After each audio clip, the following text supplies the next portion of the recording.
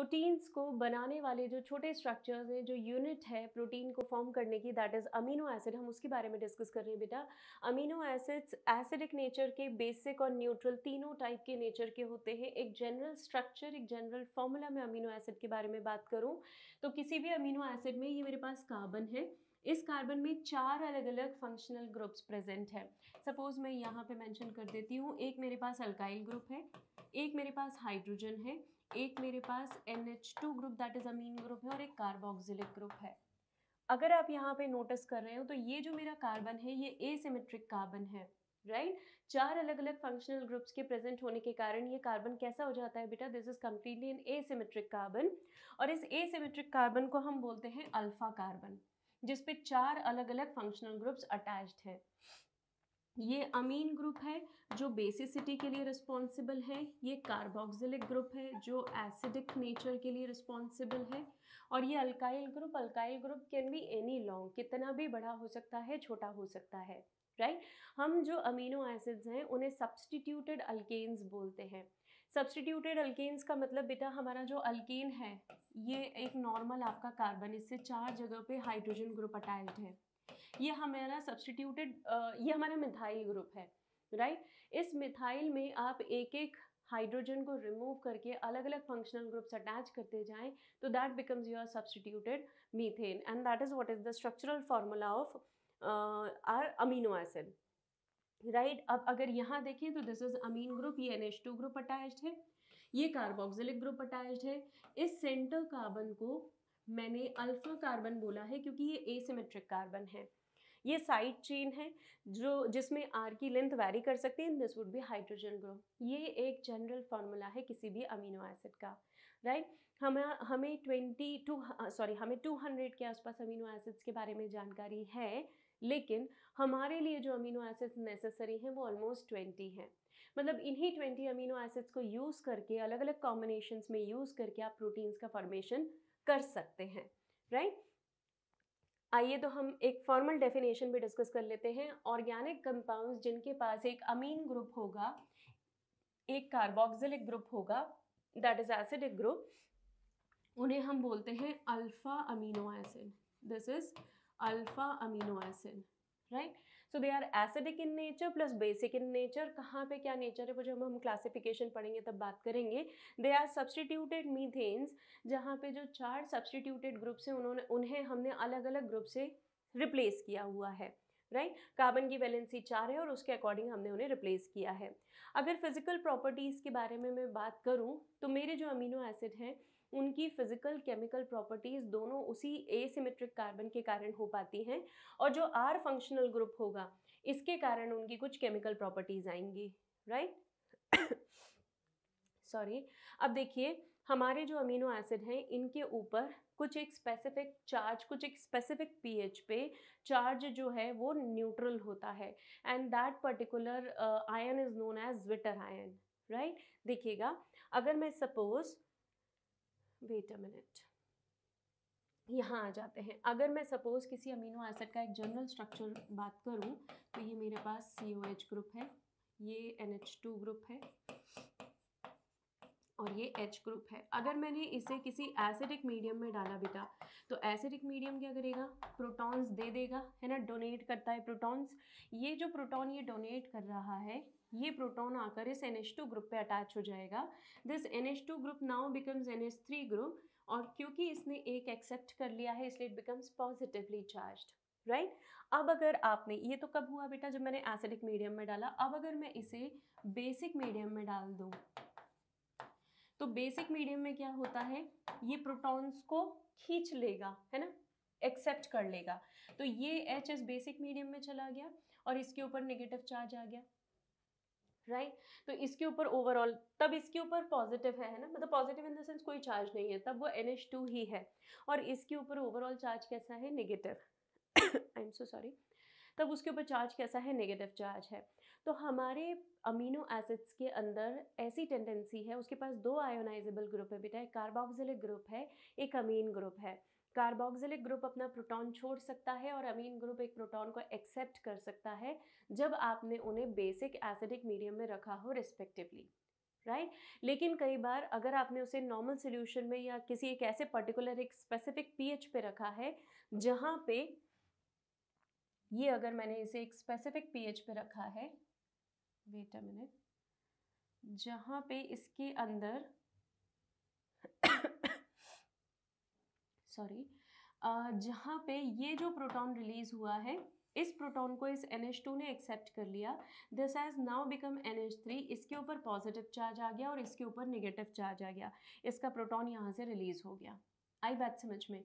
तो इस particular pH पे जहाँ पे मेरे अमीनो एसिड के पास दोनों चार्जेस प्रेजेंट हैं, पॉजिटिव भी है नेगेटिव भी है, तो ऐसे पीएच को हम बोलते हैं iso electric pH. I am so sorry, ऐसे पीएच को हम बोलते हैं आइसो इलेक्ट्रिक पीएच, राइट। इस आइसो इलेक्ट्रिक पीएच पे मेरे अमीनो एसिड के ऊपर दोनों चार्जेस प्रेजेंट हैं और ये जो स्पेसिफिक अमीनो एसिड मेरे पास है इसे हम बोलते हैं ज्विटर आयन, राइट। तो ये स्पेशल प्रॉपर्टी है मेरे अमीनो एसिड की, और ये इसीलिए पॉसिबल है बेटा क्योंकि इनके पास दो तरीके के अब ओपोजिट ग्रुप होते हैं, एक पॉजिटिव ग्रुप है, एक नेगेटिव ग्रुप है, कार्बोक्सिलिक ग्रुप है और एक अमीन ग्रुप है, right? So this is what is the special property of any amino acid, that it have ionizable group, amine and carboxylic group, right? So this is what is the concept of Zwitter ion, बहुत important है, exam के point of view से अच्छे से याद रखिएगा।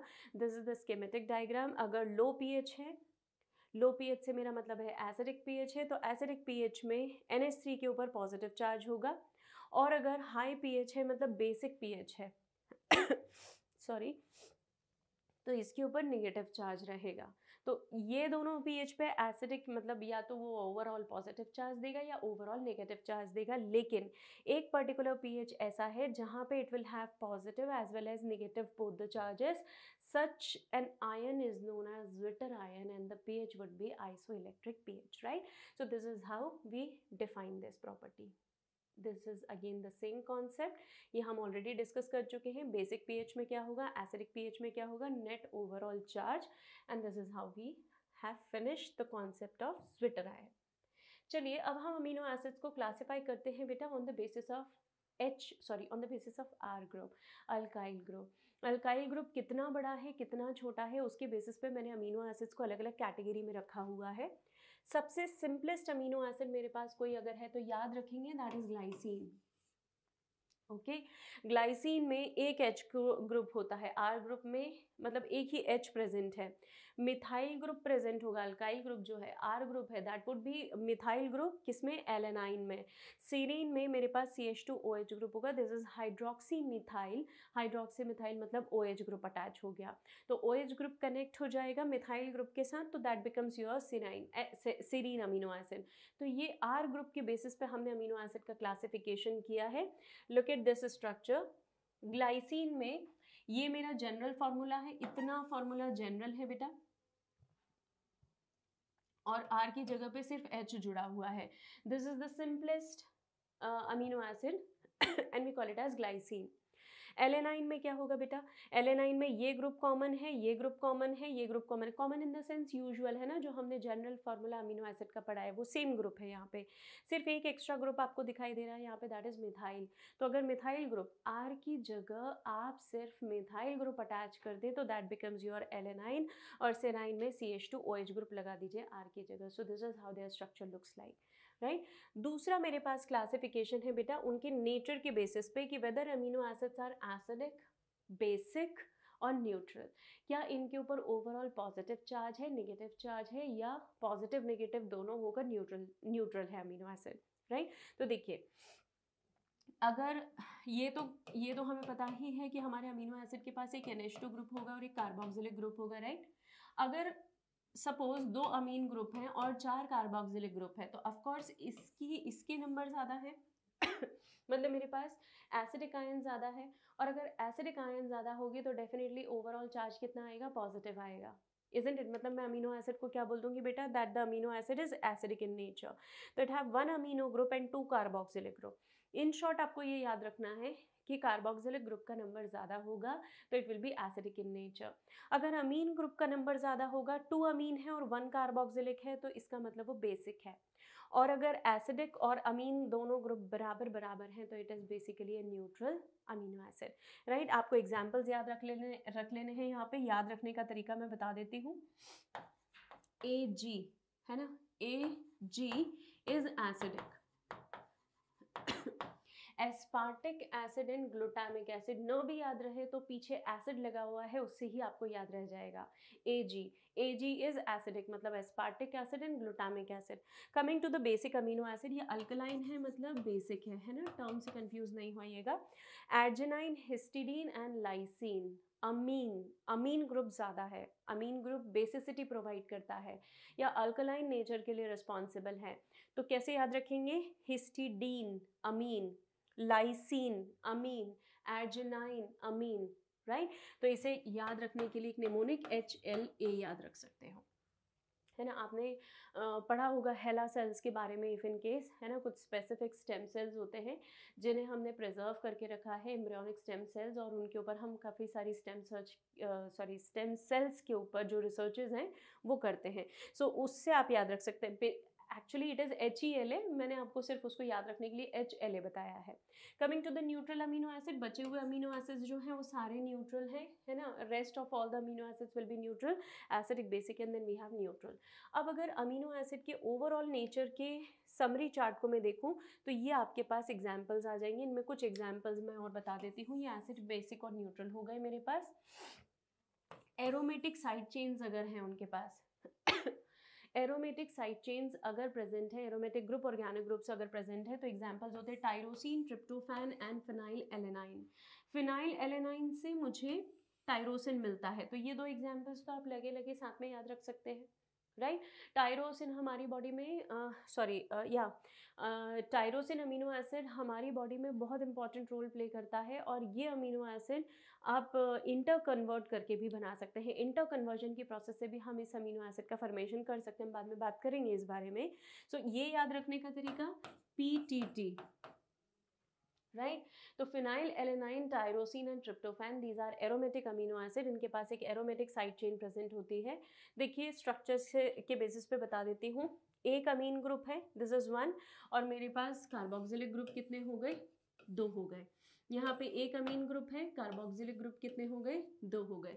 सो 1 अमीन and 2 carboxylic, तो overall charge क्या आएगा? पॉजिटिव आएगा, इसलिए उसको हमने क्या बोला है बेटा? Acidic amino acid. आइए ज़रा बेसिक अमीनो एसिड के स्ट्रक्चर को देख के समझ लेते हैं। स्ट्रक्चर याद नहीं भी रखें तो चलेगा, ग्लाइसिन का कर लेना बस। ग्लाइसिन ईजी है, वेलाइन ईजी है, तो उसे प्लीज़ याद रख ले। यहाँ पे मेरे पास ये हिस्टिडीन है सॉरी, हिस्टिडीन में ये NH3 ग्रुप, NH ये अमीन ग्रुप है, और मात्र एक मेरे पास कार्बोक्सिलिक ग्रुप है, तो overall this is basic. Similarly you can look at lysine also, the same way it is express 1 and 2, and that is only 1, right? So this is how we have classified this into basic amino acid, and this is how neutral amino acid. This is neutral amino acid. हमारे पास NH2 group और COH group दोनों balanced हैं, right? So overall charge becomes neutral. Overall charge positive and negative, that becomes neutral amino acid. And now these are aromatic amino acids. ये aromatic group होता है बेटा। तो phenyl alanine, tyrosine and tryptophan, इस तरीके से ये तीनों मेरे पास aromatic group है, और तीनों के structure देख लीजिए more or less एक दूसरे से काफ़ी connected है ना। तो आपको याद रह जाएंगे, स्पेशली phenyl alanine और tyrosine एक दूसरे से काफ़ी similar हैं। The only difference would be position of OH group at one of the carbon, right. So benzene ring, hexane जो है हमारा, उस रिंग पे हाइड्रोक्सिल ग्रुप का अटैचमेंट है। This is what is aromatic amino acid. Coming to the utility of these amino acids in our body, उसके basis पे जब हमने क्लासिफिकेशन किया है, तो I have another classification.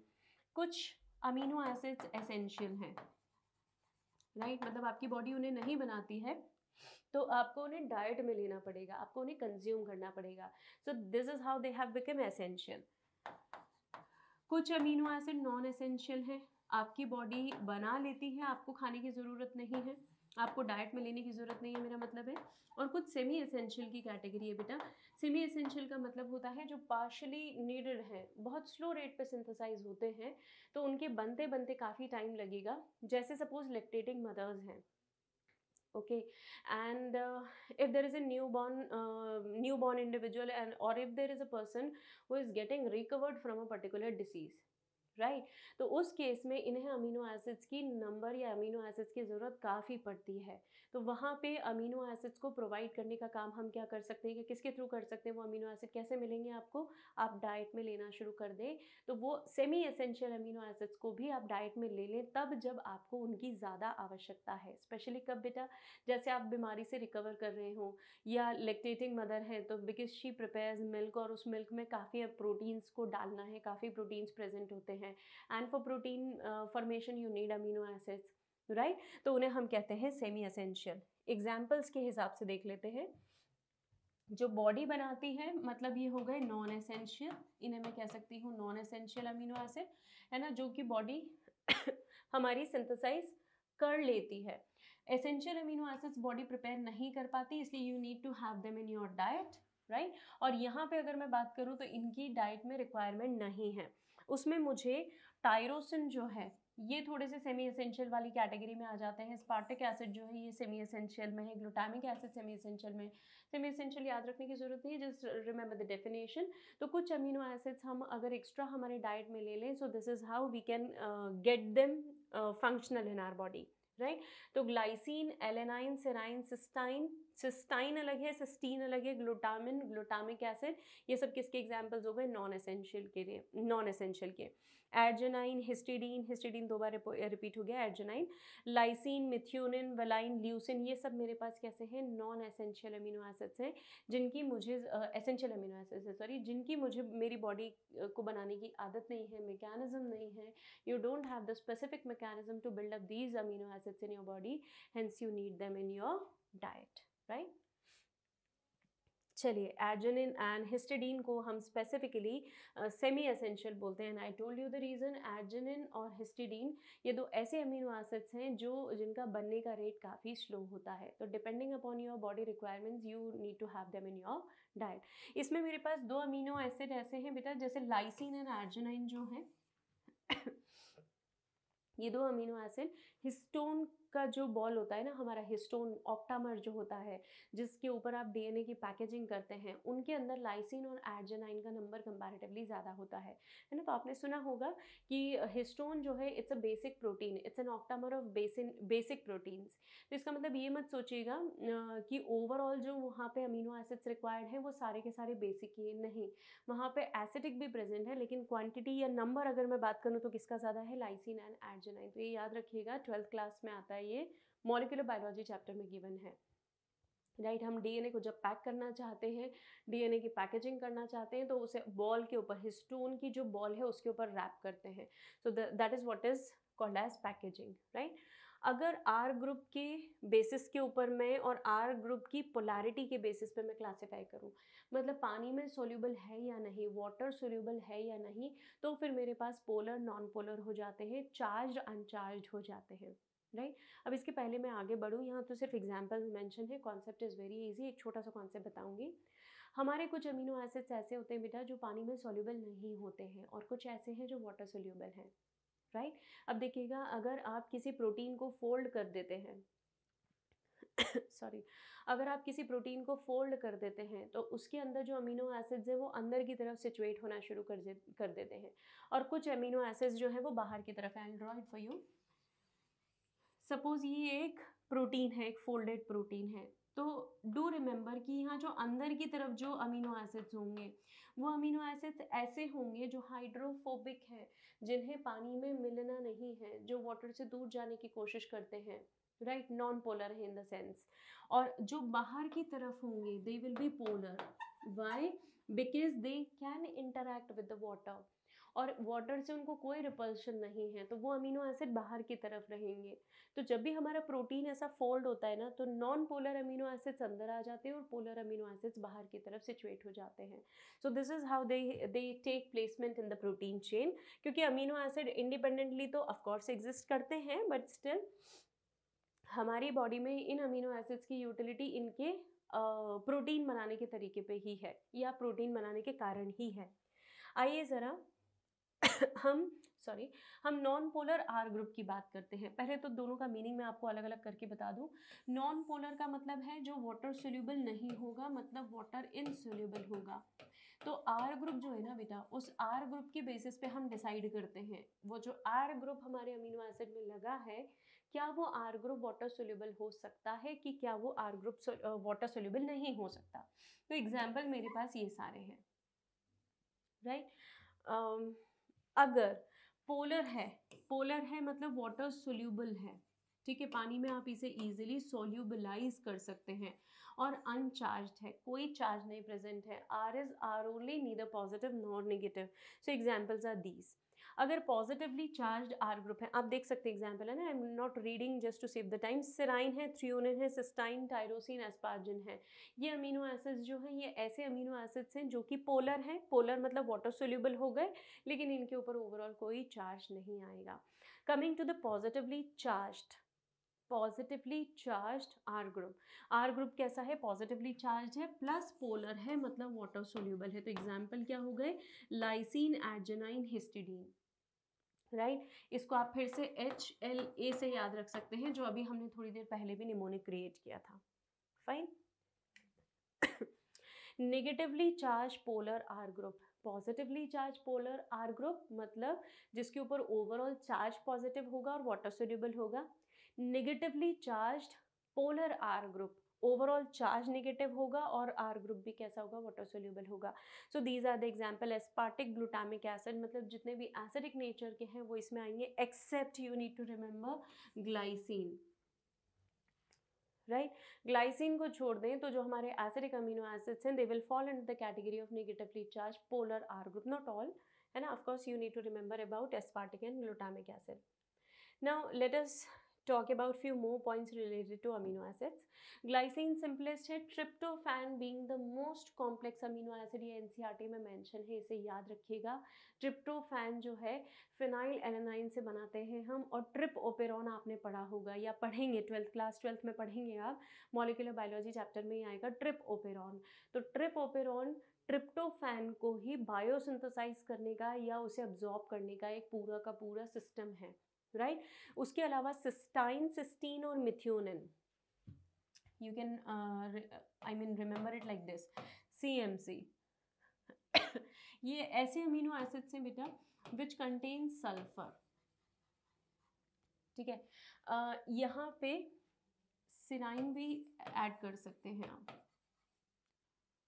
Wait, I am so sorry, let it be that way only. Cystine, methionine and cysteine, ये 3 amino acid sulphur containing amino acid. अब इनकी खास बात क्या है बेटा, ऐसे प्रोटीन्स जिनको सेल के बाहर आपको एक्सपोर्ट करवाना है, जिन्हें भेजना है बाहर, तो ऐसे अमीनो एसिड्स में सल्फर होता है, राइट। क्योंकि सल्फर इजीली ट्रांसपोर्ट, अगर आपने डाइसल्फाइड बॉन्ड्स बना दिए हैं, ये कोवेलेंट बॉन्ड्स है बेटा, तो डाइसल्फाइड बॉन्ड बनाने के बाद इसमें स्टेबिलिटी बढ़ जाती है, और स्टेबिलिटी हम इसीलिए बढ़ा रहे हैं ताकि इसे हम ट्रांसपोर्ट कर सकें, राइट।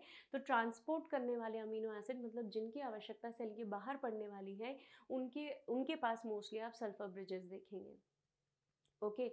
अब दूसरी बात समझिएगा, आपने अगर किसी ऐसे प्रोटीन को बर्न किया है जिसमें सल्फर का कंटेंट ज़्यादा है, मे बी दीज 3 CMC, अगर आपने ऐसे अमीनो एसिड कंटेनिंग प्रोटीन्स को जलाया है तो उसमें से एक स्मेल आती है, and that smell is an indication कि this is rich in sulphur, है ना।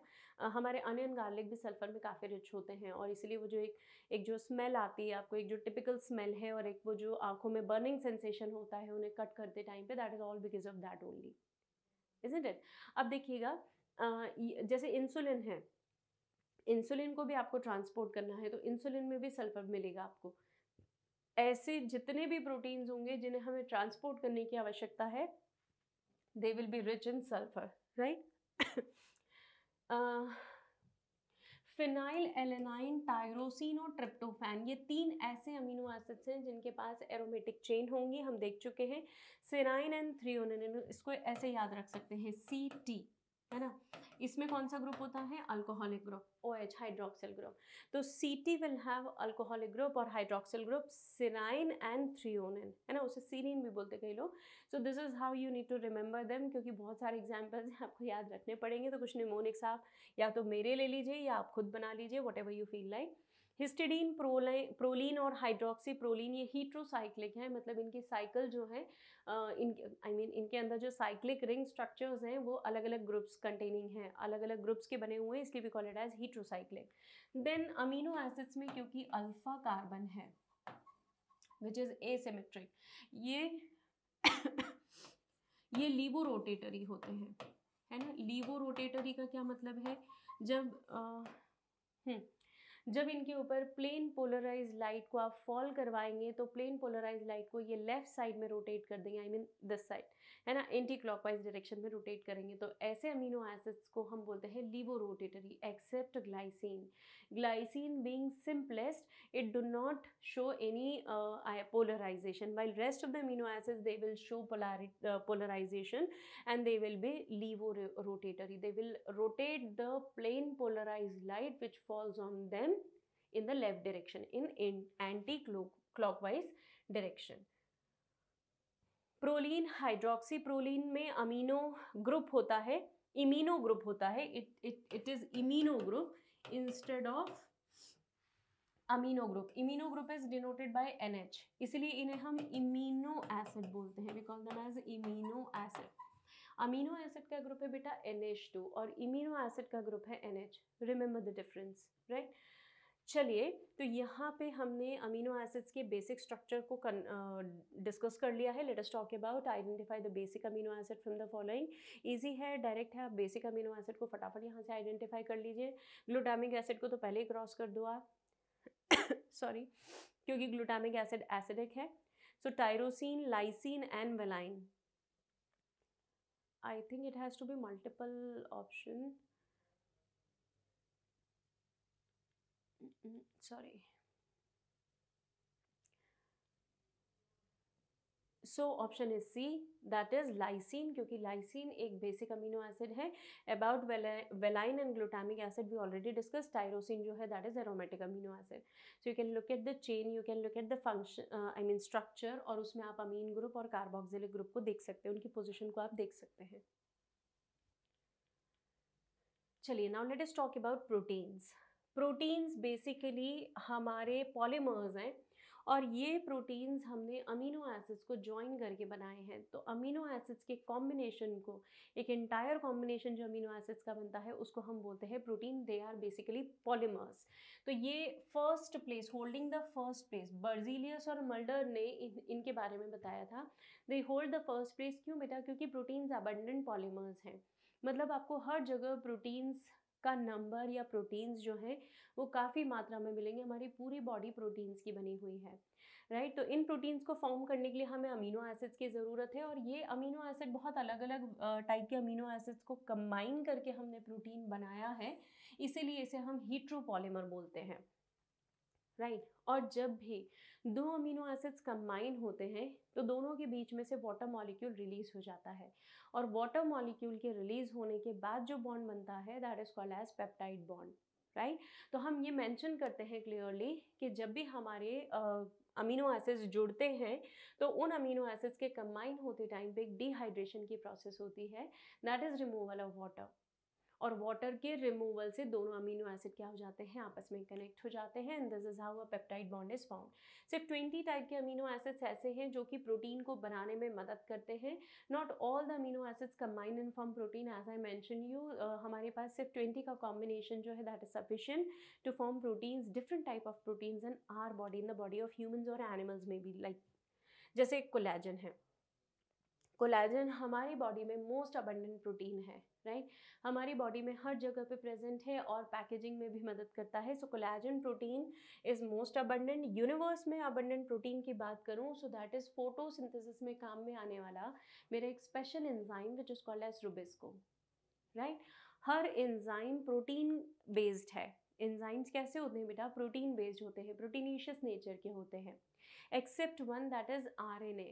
RNA में जो राइबोजाइम है, राइबोजाइम राइबोजाइम जो एंजाइम है that is RNA not the protein, but otherwise when you see all the proteins are basically या all the enzymes are basically proteins only except RNA based enzymes, right. तो Rubisco क्या है बेटा, ribulose bisphosphate carboxylase oxygenase, जो oxygen और carbon dioxide के ratio के basis पे या तो ऑक्सीजनेज जैसा बिहेव करेगा या कार्बोक्सिलेज के जैसा बिहेव करेगा। तो Rubisco is an abundant enzyme जो नेचर में प्रेजेंट है और ये क्या करने में मदद करेगा, फोटोसिंथेसिस करने में मदद कर।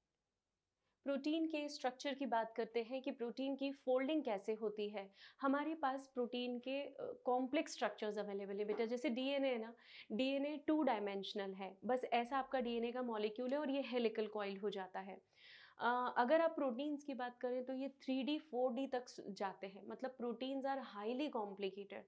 और प्रोटीन्स के primary secondary tertiary quaternary structure हैं। बायो में अगर सबसे ज़्यादा डिफिकल्ट स्ट्रक्चर किसी का है तो वो यही स्ट्रक्चर है, क्योंकि quaternary structure is considered to be the most difficult structure, right. अब देखिए, अगर ये आपका प्राइमरी स्ट्रक्चर है किसी भी प्रोटीन का, तो उस प्राइमरी स्ट्रक्चर में सिर्फ और सिर्फ आपको लीनियर चेन दिखाई देगी अमीनो एसिड्स की। तो प्राइमरी स्ट्रक्चर जब भी आप देखेंगे प्रोटीन का, so that will be showing you only linear chain of amino acids. अगर इस चेन को आप हल्का सा कॉइल कर दें तो दैट बिकम्स, ये अगर आप इसको हेलिकल में कन्वर्ट कर दें, हीलिक्स में कन्वर्ट कर दें, तो दैट बिकम्स सेकेंडरी स्ट्रक्चर। तो एक मेरे पास प्राइमरी है, प्राइमरी मतलब लीनियर चेन स्ट्रक्चर है, फिर उसको आप कॉइल कर दें तो दैट बिकम सेकेंडरी। आप इसको और ज़्यादा फोल्डिंग कर दें, है ना, और फोल्डिंग करते टाइम यहाँ पे बीच में इनमें बन जाए हाइड्रोजन बॉन्ड्स सॉरी, और अंदर की तरफ जो अमीनो एसिड्स होंगे वो होंगे मेरे नॉन पोलर, बाहर की तरफ जो मेरे अमीनो एसिड्स होंगे वो होंगे पोलर। अगर इस तरीके से आप इनकी पॉलीपेप्टाइड चेन की फोल्डिंग कर दें, हाइड्रोजन बॉन्ड से इन्हें कनेक्ट कर दें, so that becomes your tertiary structure. और टर्शरी की फर्दर कॉइलिंग कर दें और उसमें कुछ पॉकेट्स बन जाएं, कुछ डोमेन्स बन जाएं, तो that becomes quaternary structure, right. Quaternary structure है हमारे हीमोग्लोबिन का स्ट्रक्चर। हीम जो है that structure is basically made up of, that structure is actually basically quaternary structure, right. हम देखेंगे एक एक करके। ये मेरा प्राइमरी स्ट्रक्चर है, लीनियर है। अरेंजमेंट देख लीजिए, अमीनो एसिड्स, ये अलग अलग टाइप के अमीनो एसिड्स लीनियरली अरेंज्ड हैं। एक टर्मिनल सी टर्मिनल होता है बेटा जहाँ पे कार्बोक्सिलिक ग्रुप दिखेगा, और एक टर्मिनल एन टर्मिनल होता है जहाँ पे अमीन ग्रुप दिखेगा। तो एक एन टर्मिनल ग्रुप है, एक सी टर्मिनल ग्रुप है, और इस तरीके से मेरा प्राइमरी स्ट्रक्चर है। यहाँ पे सिर्फ हमें अमीनो एसिड्स की इंफॉर्मेशन मिलती है, पोजिशनल इंफॉर्मेशन मिलती है कि कौन से अमीनो एसिड के बाद कौन सा अमीनो एसिड प्रेजेंट है। तो बस ये एक लीनियर, जैसे एक सीक्वेंसिंग एक मेथड होती है बेटा, आपने डीएनए सीक्वेंसिंग के बारे में पढ़ा हुआ है कि हम डीएनए को सीक्वेंस करते हैं और एक एक न्यूक्लियोटाइड को स्टडी कर सकते हैं, ऐसे ही हम प्रोटीन्स को भी सीक्वेंस कर सकते हैं। तो लीनियर स्ट्रक्चर जो है ना, that is the best structure to study sequencing in proteins, fine. तो ये सिर्फ एक एक्सटेंडेड रिजिड रॉड के फॉर्म में दिखाई देगा आपको, एक सिर्फ लंबी थ्रेड के फॉर्म में दिखाई देगा। This is what is primary structure. Now secondary structure is little more complicated. या तो आप आपकी जो लीनियर चेन है उसमें कॉइल्स जनरेट करके उसे हीलिक्स में कन्वर्ट कर दें, और इस हीलिक्स को हम बोलते हैं अल्फा हीलिक्स, राइट। यहाँ पे भी एक टर्मिनल सी होगा, एक टर्मिनल एन होगा। या फिर आप इस चेन को ऐसे प्लेट्स में कन्वर्ट कर दें, फिर ये मेरा हेलिकल स्ट्रक्चर हो गया, फिर ये प्लेट्स हो गई। तो ये जो स्ट्रक्चर है this is beta pleated sheet, और यहाँ पे क्या कनेक्ट हो जाएंगे, हाइड्रोजन बॉन्ड्स। आई बात समझ में। तो ये बीटा प्लेटेड शीट है। ऐसे ही यहाँ पे भी नीचे एक शीट होगी, ऐसे पैरेलली शीट्स अरेंज होती हैं और इनके बीच में यहाँ पे कनेक्टेड होते हैं हाइड्रोजन बॉन्ड्स। तो बीटा प्लेटेड और अल्फा हेलिक्स ये मेरे सेकेंडरी स्ट्रक्चर है किसी भी प्रोटीन के। अगर थ्रेड को आप फोल्ड कर दें, हेलिकल शेप में फोल्ड कर दें और वो स्टेयर केस जैसा आपको अपीयरेंस देने लगे, मतलब ऐसा स्टेयर केस जैसा, तो इसे हम बोलते हैं अल्फा हेलिक्स, ठीक है। यहाँ पे जैसे डीएनए हमारा लेफ्ट हैंडेड और राइट हैंडेड दोनों होता है, प्रोटीन्स में जो हेलिक्स है that is always left handed.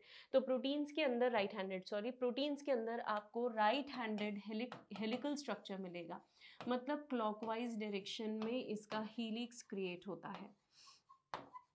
So it rotate in clockwise direction, right? So it is observed only right-handed helix is observed in proteins. So this is my alpha helix and that is my beta pleated sheet. right-handed rotation होगा, spirally coiled होगा और हर turn में 3 amino acid होंगे.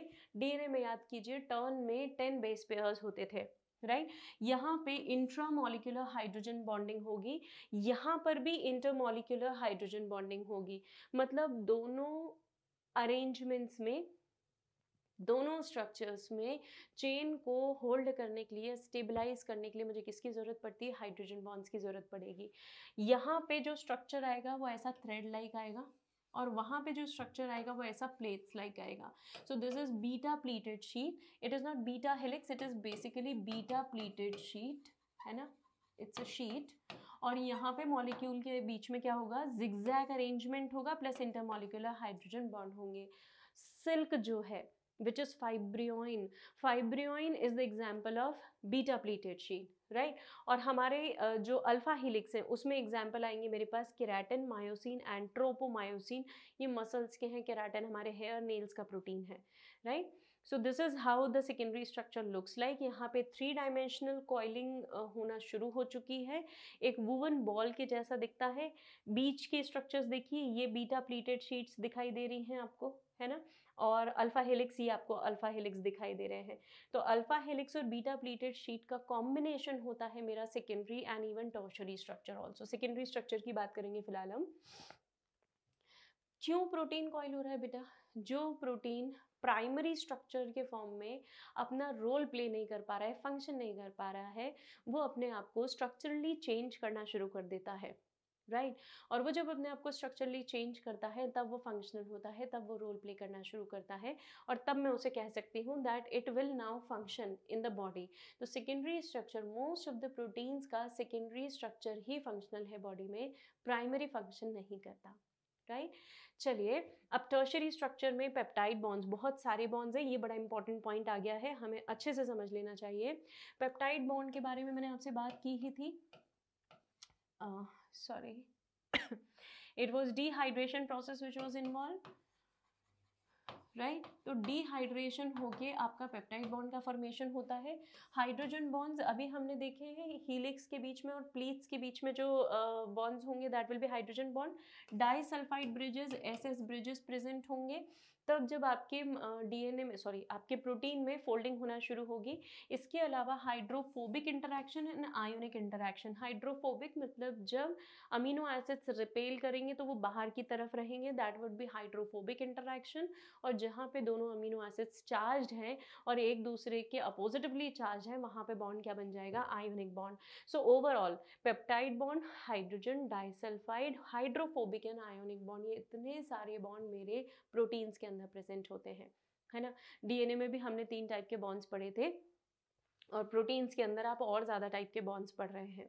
अब देखिए, जब आपकी beta pleated sheets या बीटा चेन्स और अल्फा चेन्स जो हैं ये आपस में कंबाइन हो जाती हैं और बीच में कोई मेटालिक फैक्टर, मेटालिक आयन, है ना? जैसे हीमोग्लोबिन की बात करूं तो Fe2 पॉजिटिव आयन जो है वो बीच में सैंडविच हो गया और इन दोनों चेन्स को क्या कर रहा है? स्टेबिलिटी प्रोवाइड कर रहा है. That is what is your quaternary structure. तो हीमोग्लोबिन जो है हमारी बॉडी में, that is the best example, जिसमें 4 सब यूनिट्स होती हैं, 2 अल्फा होती हैं और 2 बीटा चेन्स होती हैं. ये पूरा का पूरा फोल्ड हो जाता है तो आपके पास इस तरीके से क्वॉटरनरी स्ट्रक्चर मिलता है, that is of your haemoglobin. कुछ हमारी बॉडी में जो बेसिक प्रोटीन्स हैं उनके फंक्शंस देख लेते हैं हम एक बार. कोलेजन प्रोटीन जो है ये ग्राउंड सब्सटेंस है, इंटरसेलुलर ग्राउंड सब्सटेंस है, मतलब जो पैकेजिंग में काम करता है. याद कीजिए, white collagen fibre and yellow elastin fibres areolar connective tissue के कंपोनेंट्स के फॉर्म में आपने पढ़े हैं. तो ये कोलेजन फाइबर्स क्या करते हैं? ऑर्गन्स की पैकेजिंग करते हैं, पैक करते हैं, फिल करते हैं और वहाँ पे ये इंटरसेलुलर सब्सटेंस या ग्राउंड सब्सटेंस के फॉर्म में काम कर रहे हैं. ट्रिप्सिन स्मॉल इंटेस्टाइन का एंजाइम है, you know that, and it is for digestion of protein. Insulin hormone है. सल्फर बॉन्ड्स प्रेजेंट होते हैं क्योंकि इसे ट्रांसपोर्ट करना है, तो स्टेबिलिटी के लिए हमने इसमें डाइसल्फाइड ब्रिजेस रखे हैं. एंटीबॉडी मतलब इम्यूनोग्लोबुलिन्स प्रोटीन नेचर के होते हैं, इनके अंदर भी सल्फर बॉन्ड्स होते हैं बेटा. क्लास 12th में human health and disease chapter है, आप पढ़ेंगे। उसमें इम्यूनोग्लोबुलिन वाई शेप का जो स्ट्रक्चर है, वहाँ पे 2 हेवी चेन्स को कनेक्ट करने के लिए कौन से बॉन्ड्स प्रेजेंट है, सल्फर ब्रिजेस प्रेजेंट हैं, right. Then we have receptors. Receptors जो हमारे जो सेंसरी रिसेप्टर्स हैं, स्मेल, साइट, इनके लिए जो रिसेप्टर्स हैं, वो सब किससे बने हुए हैं, प्रोटीन से ही बने हुए हैं। They all have a basic nature of protein. GLUT4 ये बड़ा इंपॉर्टेंट है, 2019 के नीट में क्वेश्चन पूछा गया है। It is for the transport of glucose, it is mention there, या it is for the transport of glucose. तो ग्लूकोज को सेल के अंदर एंट्री दिलवाने का काम, बाहर तो नहीं जाएगा ना बेटा, ग्लूकोज ब्लड से सेल के अंदर जाता है ताकि उसका मेटाबॉलिज्म हो सके। तो ग्लूकोज को अंदर इंपोर्ट करने का काम कौन करता है, GLUT4, which is a channel, right? So these are the common functions of protein. Let us talk about a question and quickly see that question. So you would be knowing the answer. Which of the following glucose transporters is insulin dependent? So it is GLUT4.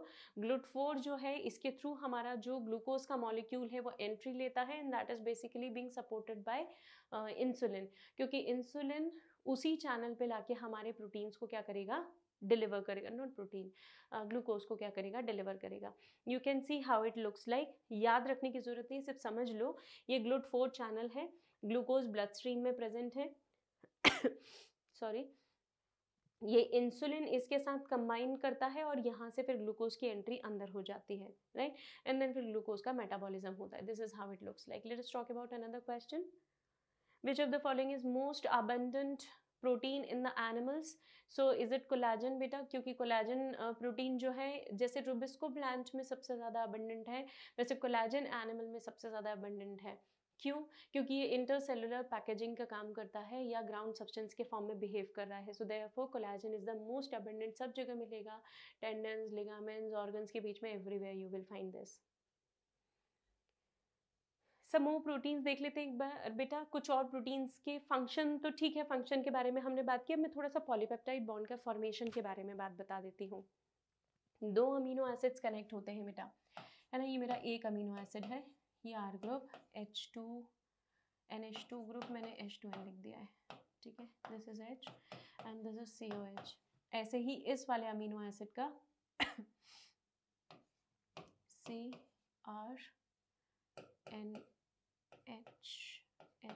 group, then I have H and what left, COH, है ना। ये ऐसा मैंने लिख दिया है।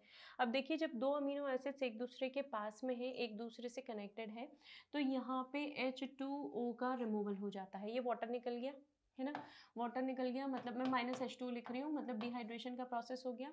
और अब ये दोनों लिंक हो जाएंगे, I am erasing that so that I can show you the bond. अब ये दोनों कनेक्ट हो जाएंगे,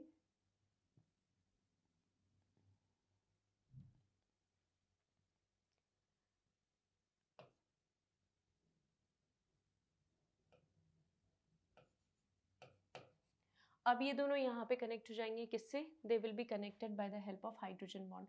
तो मैं इसको थोड़ा सा सिस्टमैटिक लिख के आपको बता देती हूँ। ये मेरा NH ग्रुप है, NH, और इसी को हाईलाइट कर रही हूँ मैं। सो ये N लिखा मैंने, यहाँ पे मैंने H लिख दिया और ये मेरा C वाला ग्रुप। तो ये जो कॉम्प्लेक्स बन गया आपके सामने, और इस कार्बन का डबल बॉन्ड, है ना, सिंस इट वाज COH, है ना, क्योंकि यहाँ पे COH था, एक जगह का NH था, NH2 था, एक H गया, और COH का एक H और O चला गया। सो this is how it is H2O का रिमूवल, और H2O के रिमूवल से ये जो कनेक्शन बना है, this connection is what is called as peptide bond. ऐसे बहुत सारे अमीनो एसिड्स कनेक्ट होते हैं बेटा, और हर बार ही वाटर का रिमूवल होता है, एक बॉन्ड बन जाता है, और ऐसे कई सारे बॉन्ड्स बन जाते हैं, क्योंकि multiple amino acids they combine ना, इसीलिए इसे हम बोलते हैं polypeptide chain, right. This is what is called as polypeptide chain. Dipeptide हम तब यूज करते हैं, इस वर्ड को, इस टर्म को हम तब यूज करते हैं जब 2 अमीनो एसिड्स के बीच में बॉन्ड बना हो, तब हम इस टर्म को यूज करते हैं, which is called as dipeptide, right. So peptide bond का फॉर्मेशन हाइड्रोलिसिस के बाद होता है और 2 अमीनो एसिड्स को कनेक्ट करने के लिए होता है, fine. So this is how it looks like. और एलिमिनेशन ऑफ वाटर मोइटी यहाँ पे मेंशन है, आप पढ़ सकते हैं, देख सकते हैं, and the process is called as dehydration. Dehydration का मतलब होता है रिमूवल ऑफ वाटर, तो इस प्रोसेस से पेप्टाइड बॉन्ड का फॉर्मेशन होता है। ग्लाइकोसिडिक बॉन्ड भी ऐसे ही था ना बेटा, अपन ने पढ़ा हुआ है, सिर्फ आपको याद दिलाने के लिए बता रही हूँ यहाँ पे। ग्लाइकोसिडिक बॉन्ड भी डिहाइड्रेशन से ही बनता है। ये मेरे 2 शुगर के मॉलिक्यूल्स हैं, यहाँ से वाटर का रिमूवल हो जाता है ना, दो H और एक ऑक्सीजन रिमूव हो जाता है, you will left with only 1 oxygen, और वही ऑक्सीजन आपको ये यहाँ पे दिख रहा है। This is what is called as glycosidic bond. जब 2 शुगर की moiety, one glucose and 1 glucose, when both of them they combine they give you maltose, right. Maltose is a disaccharide. And please recollect, आपने क्या पढ़ा है digestive system में, small intestine में, जब maltose के ऊपर एक एंजाइम काम करता है which is a substrate specific enzyme maltase. तो माल्टेज क्या करता है, दोनों के बीच के ग्लाइकोसिडिक बॉन्ड को ब्रेक कर देगा। ये ग्लूकोज यूनिट अलग, ये ग्लूकोज यूनिट अलग, इस प्रोसेस में वाटर ऐड हो जाता है, and this is how you will get 2 glucose units after the digestion of maltose. उसी का वाइस वर्सा हम यहाँ पे माल्टोज का फॉर्मेशन पढ़ रहे हैं, राइट। सो ग्लाइकोसिडिक बॉन्ड भी वाटर के रिमूवल से ही बनता है, and the same process, dehydration process is involved. So it is basically for the connection of two monosaccharides. Ester bond का फॉर्मेशन हमने देखा था बेटा तो एस्टर बॉन्ड का फॉर्मेशन एक तो ये यहाँ पे था, ठीक है, ये वाला जो बॉन्ड है दिस इज एस्टर बॉन्ड, फिर ये OH और ये फॉस्फेट, इन दोनों का जो कनेक्शन हुआ है दिस इज एस्टर बॉन्ड, इन दोनों को मिलाकर ये हो गया diester bond, right. So this is how, this is phosphodiester bond, ये भी एस्टर बॉन्ड है बेटा, है ना। इसके आगे और फॉस्फेट कनेक्ट हो सकते हैं, लेकिन DNA के केस में हमें ज़रूरत नहीं है। So we will add only 1 phosphate there and 1 phosphate here. So this is 1 nucleotide and this is another nucleotide. दोनों न्यूक्लियोटाइड के बीच में फॉस्फेट हो गया, 1 phosphate another phosphate, dipeptide bond, phosphodiester, not peptide, I am so sorry, phosphodiester bond, 2 ester bonds बने हैं, right. And that is also dehydration, that also involves the removal of water molecule, fine. So this is how a phosphodiester bond is formed. Identify the substance having glycosidic bond and peptide bond respectively in their structure. So basically what you need to identify a carbohydrate and you need to identify a protein, right. तो protein देख लीजिए, मेरे पास protein ये रहा trypsin, but ये lipid हो गया ये lipid है, कार्बोहाइड्रेट है, this is carbohydrate, this is lipid, inulin carbohydrate है, इंसुलिन इज लिपिड। तो अब जरा आइडेंटिफाई करके देखिए, प्रोटीन पेप्टाइड बॉन्ड इधर होगा, मतलब आपके व्हाट शुड आई से, आपके अमीनो एसिड्स के बीच में होगा, है ना। This is protein, trypsin is a protein, glycerol lipid हो गया, ग्लाइकोसिडिक बॉन्ड यहाँ पे नहीं हो सकता, तो this could not be the option. So choose the right option which that indicates glycosidic bond, carbohydrate and peptide bond. So can it be 4, right? तो inulin और insulin, insulin as I told you, अभी थोड़ी देर पहले भी मैंने आपसे बात की थी कि डाइसल्फाइड ब्रिजेस प्रेजेंट होते हैं इंसुलिन में, it's a protein based hormone, है ना, इसका फंक्शन भी हमने देखा था। So the answer is 4. You can go through the theory.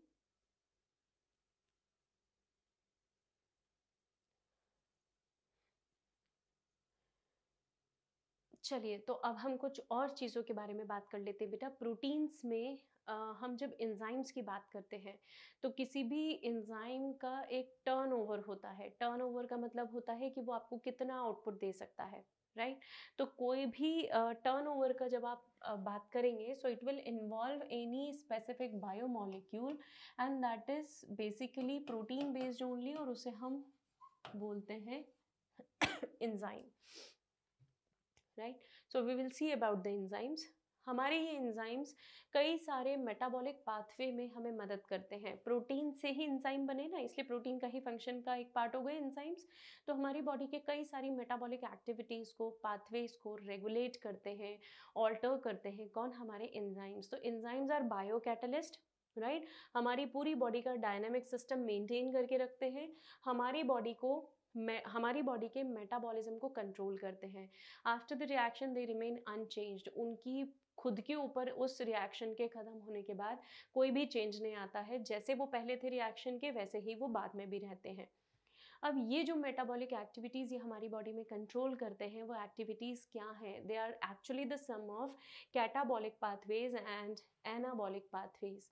Catabolic pathways का मतलब होता है चीज़ों को ज्वाइन करके नए नए substances, I am so sorry, catabolic pathways का मतलब होता है चीज़ों को ब्रेक करके छोटे छोटे यूनिट्स में कन्वर्ट करना। और एनाबॉलिक पाथवे ठीक इसका उल्टा है, जहाँ पे छोटी छोटी चीज़ों को कंबाइन करके you will form a bigger structure. तो ये बायोसिंथेटिक पाथवेज हैं जहाँ पे कॉम्प्लेक्स स्ट्रक्चर्स बन जाते हैं एनर्जी को यूज़ करके, जैसे अमीनो एसिड्स हैं बेटा, राइट। अमीनो एसिड्स को आप ज्वाइन करते जाइए, कई सारे अमीनो एसिड्स को आप कंबाइन कर देंगे तो you will get a protein.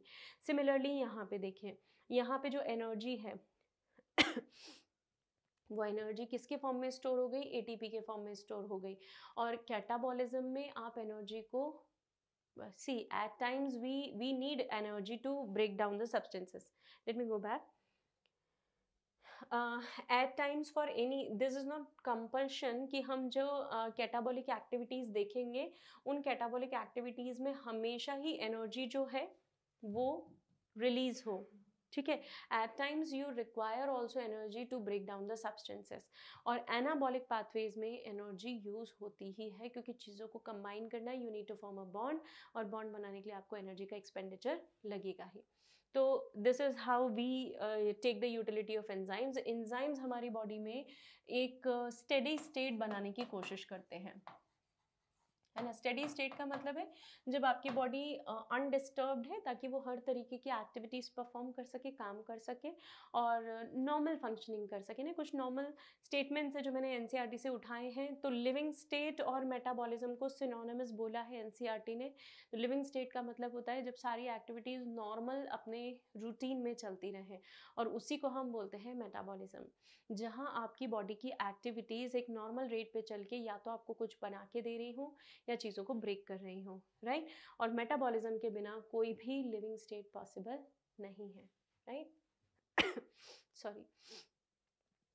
So overall मैं बात करना चाहूँगी अब आपसे, हमारे जो एंजाइम्स हैं उन एंजाइम्स का फंक्शन क्या है। ये जो कार्बोनिक एनहाइड्रेस है, याद करें ये एंजाइम कहाँ होता है, it is present in your RBC, right. अगर आप नॉर्मली कार्बन डाइऑक्साइड और वाटर को कंबाइन करते हैं और H2CO3 बनाते हैं, the same reaction without enzymes अगर आप करेंगे तो इसमें लगभग आपको 200 से 300 मॉलिक्यूल्स लग जाएंगे, है ना। ज्वाइन करेंगे आप तो टर्नओवर कैसा रहता है बेटा, 200 से 300 मॉलिक्यूल्स परमानेंट कर सकते हैं।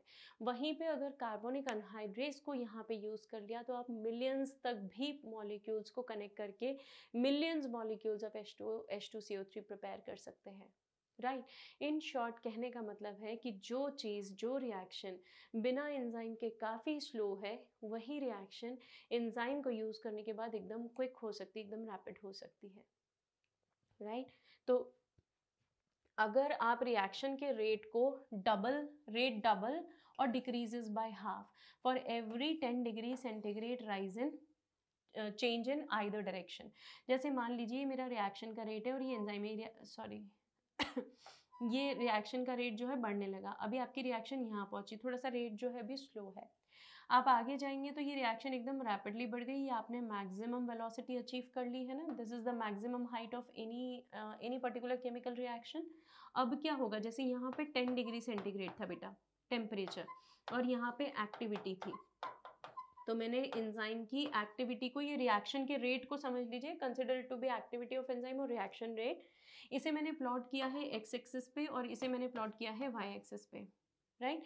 तो यहाँ पे 10 डिग्री पे रिएक्शन का रेट आधा था, अगले 10 पे एकदम डबल हो गया, और उसके बाद फिर आपका जो रिएक्शन रेट है वो नीचे आने लग गया। इनिशियली एंजाइम्स को एक्टिवेट होने में समय लगता है, और फिर हर 10 डिग्री एक बार वो एक्टिवेट हो गए तो इनिशियली दे आर लैगिंग, और जैसे ही एक्टिवेट हो गए अब वो क्या करेंगे, रिएक्शन को बहुत तेज़ी से कंडक्ट करेंगे।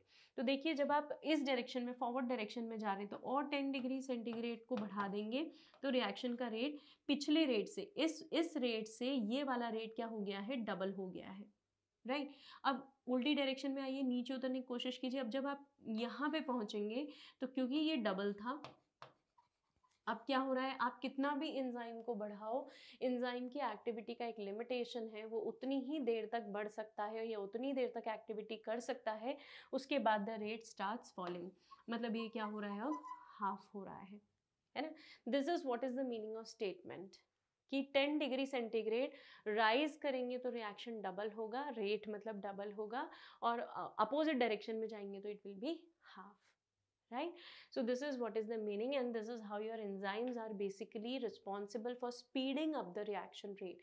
ये reaction के rate को कई गुना बढ़ा देते हैं, और ऐसा होने से हमारी reaction बहुत तेज़ी से conduct हो पाती है, speed up हो पाती है। तो देखिए, कार्बोनिक अनहाइड्रेज अगर साइटोप्लाज्म में प्रेजेंट हो तो 6 लाख तक के मॉलिक्यूल हमारे H2CO3 के बना सकता है 1 सेकेंड में, और अगर आप इसे 1 मिनट में कन्वर्ट कर दें तो ये मिलियंस बना सकता है। रेट आप कुछ भी लो बेटा, आप सेकेंड में मेजर करो, मिनट्स में मेजर करो, वैल्यूज विल बी वेरिंग, ये आपकी फ्रीडम है। रेट आप किसी भी टाइम स्केल पे ले सकते हो। तो अगर आप 1 मिनट में देखेंगे तो it will go into millions millions millions में जा सकता है। सो this is what is the utility of any enzyme. और दो मतलब आई मीन कार्बोनिक अनहाइड्रेस के बिना अगर आप वाटर और कार्बन डाइऑक्साइड को कंबाइन करके H2CO3 बनाने गए तो सिर्फ आपको 200 मॉलिक्यूल मिलेंगे, और वो भी 1 घंटे में। Can you imagine? There is no comparison. जब आपने एंजाइम को यूज़ किया तो रेट कहाँ पहुँच गया, राइट? तो इस तरीके से हम कहते हैं कि एंजाइम्स जो हैं वो रिएक्शन के रेट को क्या करते हैं, स्पीड अप करते हैं।